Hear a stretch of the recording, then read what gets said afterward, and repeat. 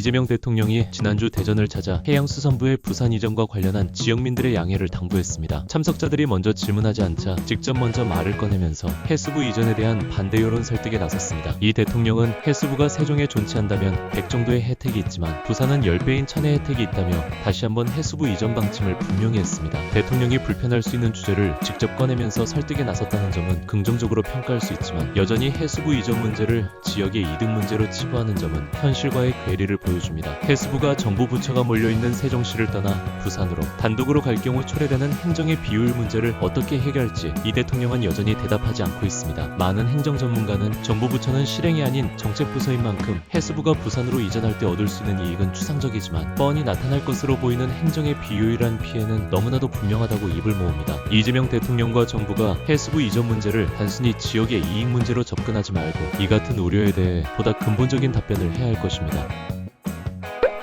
한화 이글스가 1992년 이후 33년 만에 전반기 1위를 확정했습니다. 한화는 폰세와 류현진, 와이스가 등판한 키움과의 3연전을 모두 쓸어담으며 2위 그룹과 3.5게임 차 앞선 단독 1위를 달리고 있습니다. 이로써 이번 주 기아와의 3연전 결과와 관계없이 전반기 1위를 확정했습니다. 다만 기아가 최근 무서운 상승세로 선두를 노리고 있어 이번 3연전이 사실상 1, 2위 전이 아니냐는 평가도 나옵니다. 폰세와 와이스, 류현진이 휴식에 들어간 한화는 문동주와 엄상배, 황준서를 선발로 내세울 계획입니다.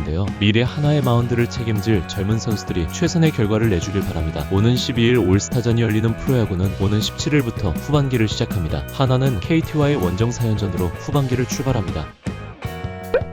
미국과의 상호관세 유예기간 만료가 하루 앞으로 다가온 가운데 자동차와 철강 등 지역 관련 업체가 촉각을 곤두세우고 있습니다. 자동차는 이미 지난 4월부터 25%의 관세가 붙고 있는 상태로 아산에 있는 현대자동차 등 관련 업계는 판매가 인상 등 대책 없이는 더는 버티기 어렵다는 전망이 나오고 있습니다. 지난달부터 철강 관세가 50%로 인상되면서 당진, 현대제철 등 제철업계도 어려움을 겪기는 마찬가지예요. 자동차와 제철업계는 최대 수입국인 미국에 시장을 포기할 수 없는 만큼 한미 협상에 기대를 걸 수밖에 없는 상황입니다. 과연 이재명 정부가 미국과의 협상을 어떻게 끌어낼지, 성과를 낼 수 있을지 기대와 관심이 동시에 나오고 있습니다.